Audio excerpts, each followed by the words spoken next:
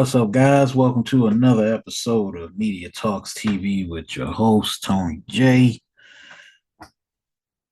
Welcome to episode 80. If you are new here, hit the like, share, and subscribe. Got a couple of videos coming down the way. I guess everybody's getting off of the exhaustion of election day. And so much has happened this week. And I was debating whether or not I wanted to do a video, but I think if what happened didn't happen, I probably would not be doing these videos. So, of course, I'm here to talk about the late, great Quincy Jones that passed away this week. And, unfortunately, he died at the age of 91. But, you know, Quincy Jones is one of those giant figures in music that you can't really forget about because Quincy Jones just wasn't a musician or a trumpet player. He was an arranger. And what does that mean as far as being an arranger?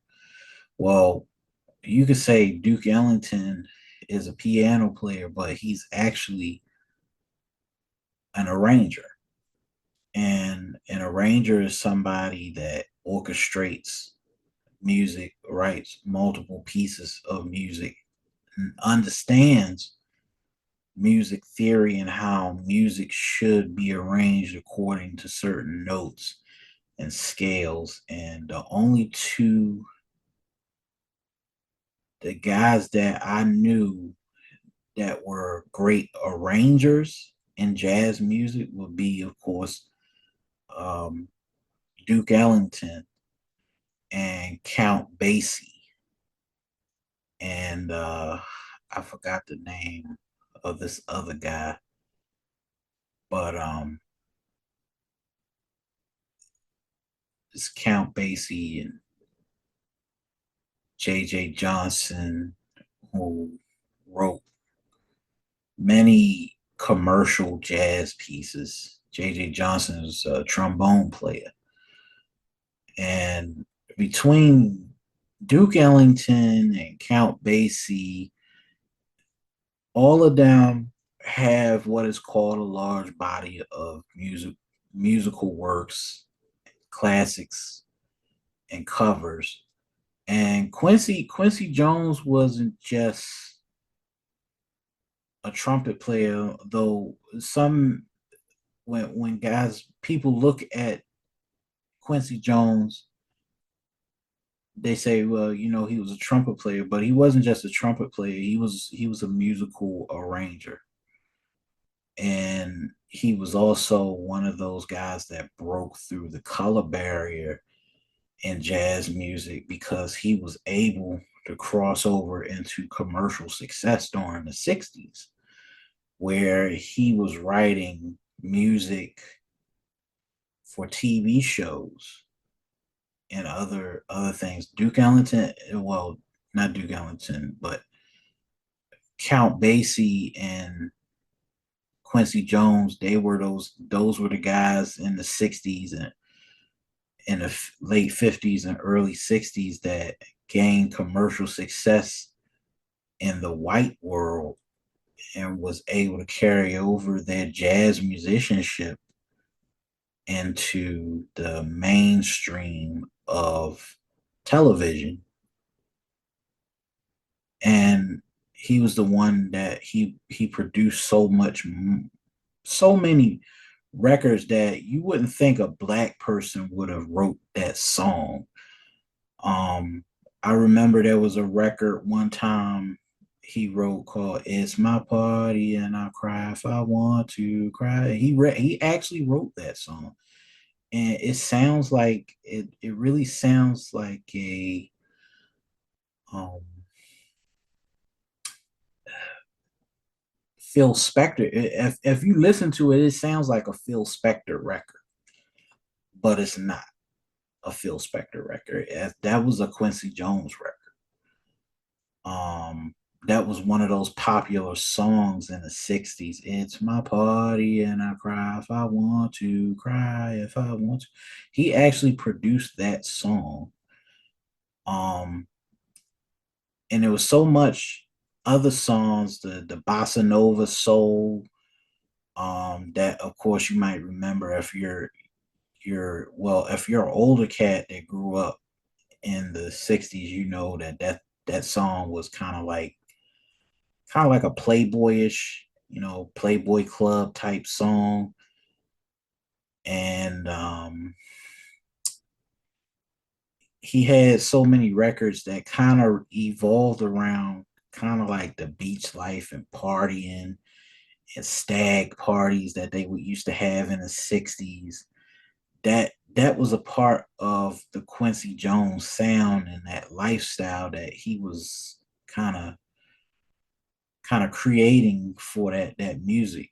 And you can't talk about the '60s unless you talk about the production value of Quincy Jones music during that time, because he was doing large orchestras during that time. And then when he went into the '70s, it was like he kind of molded his sound and then took it to disco, tried to create, large orchestra pieces for disco songs. And it was just amazing. The body of music that Quincy Jones had was just out of this world, you know. And then it was like he was a producer, because the other part of being a jazz musician, you got, you know, with people like Count Basie and people like um Duke Ellington, is that Duke Ellington had many arrangements, but it was like he had a library of music, and then he was able to mold his music in a different way, where he would come out with a cover of each of his songs. He'd come out with a new cover of an original song. And those are things that Quincy Jones started to do in the '80s, when the instruments started advancing from regular string to completely electronic keyboards and horns. He was able to manipulate those instruments. He was one of those musicians that took full utilization of the synthesizer and the Moog synthesizer and the what was that piano that Herbie Hancock used to play, the Fairlight. I forgot it. Correct me if I'm wrong. Not the Fairlight, but it was a keyboard where it could manipulate multiple sounds. And Quincy Jones was really one of those guys that was easily transitioning from jazz to being able to manipulate these music keys and multiple instruments on digital workstations. Because by the time the '80s came in, music had gone completely electronic, and there was no need for bands anymore. There was no need for large orchestras. So when he was able to transition over to that, he started producing music for other artists, and mainly Michael Jackson, of course, and Patty Austin, and all these people, but and George Benson. course, George Benson.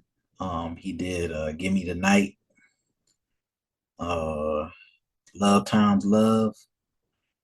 And it was so much stuff that he had did, and he had a particular ear for singers because music to he always wanted his singers to have cover a multiple range of what he needed in the studio. And that was the beautiful thing about Quincy Jones, is that when he became a studio engineer and when he became a producer, and he was able to take large pieces of music and edit it down. Like, there's so many videos on YouTube where I saw, you know, the inside inner workings of Quincy Jones's mind, which was fascinating at the time. And I've always been fascinated with Quincy Jones because he took music to another level. He was a bigger voice in the 80s and early 90s. And as time went on, you know, it was like he kind of did all he could with arranging music, and then he jumped into, starting the Fresh Prince of Bel Air and doing that for Will Smith. And it was like he did so much. And it's amazing he got all of that done within the period of time. He didn't start hitting his strides until his 40s and late 50s. Nobody had known about him until he was in his 50s. And it just goes to show you, you know, if you're good at what you do, eventually it's going to hit for you. As long as you putting in the work that you need to put in and focus on your craft. And I can't say enough about the work he did with Michael Jackson, although they didn't no longer work together, but they made some beautiful songs. PYT, Lady in My Life. There was so many good songs out there, and he was able to bring out something beautiful. But the one thing I will say is that I can never really forget uh his work with James Ingram, because it seemed like James had that long range. He knew how to sing in multiple octaves, and that was his voice range was out there, and he was able to cover a body of music that was created, you know. But if people don't know, Quincy Jones has a long history. His backstory is very unique too. I had to look up more on it, but apparently Quincy Jones was related to a Chicago numbers runner, policy kings in the south side of Chicago, called the Jones brothers. And the Jones brothers ran large number rackets all over the south side of Chicago when he was a young man. So he has an amazing history that we ought to take note of. But out of all this, you know, there will never be another Quincy Jones on this earth ever again.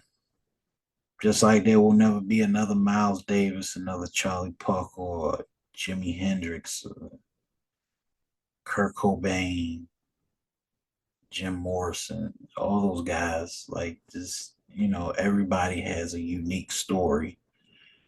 Quincy Jones' story covers almost five sagas of music and musical classics like Patty Austin's "Baby Come to Me," and you know during a time period in the 80s where everything had to be easy listening music, easy listening radio. And Quincy Jones was able, he was able to give us one of the biggest hits in the 80s. He has so much talent. It's just crazy.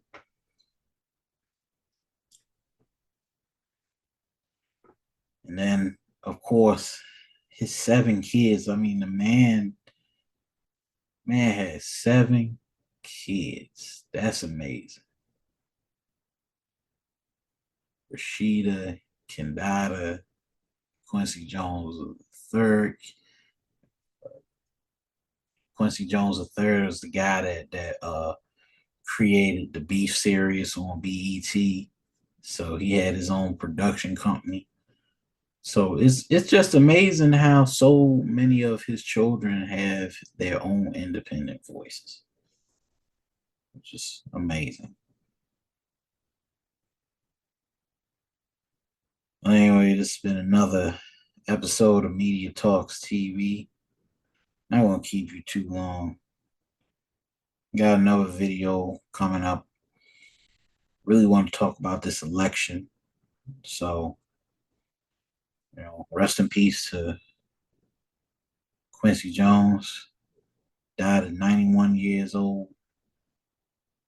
He will never, ever be forgotten. Period.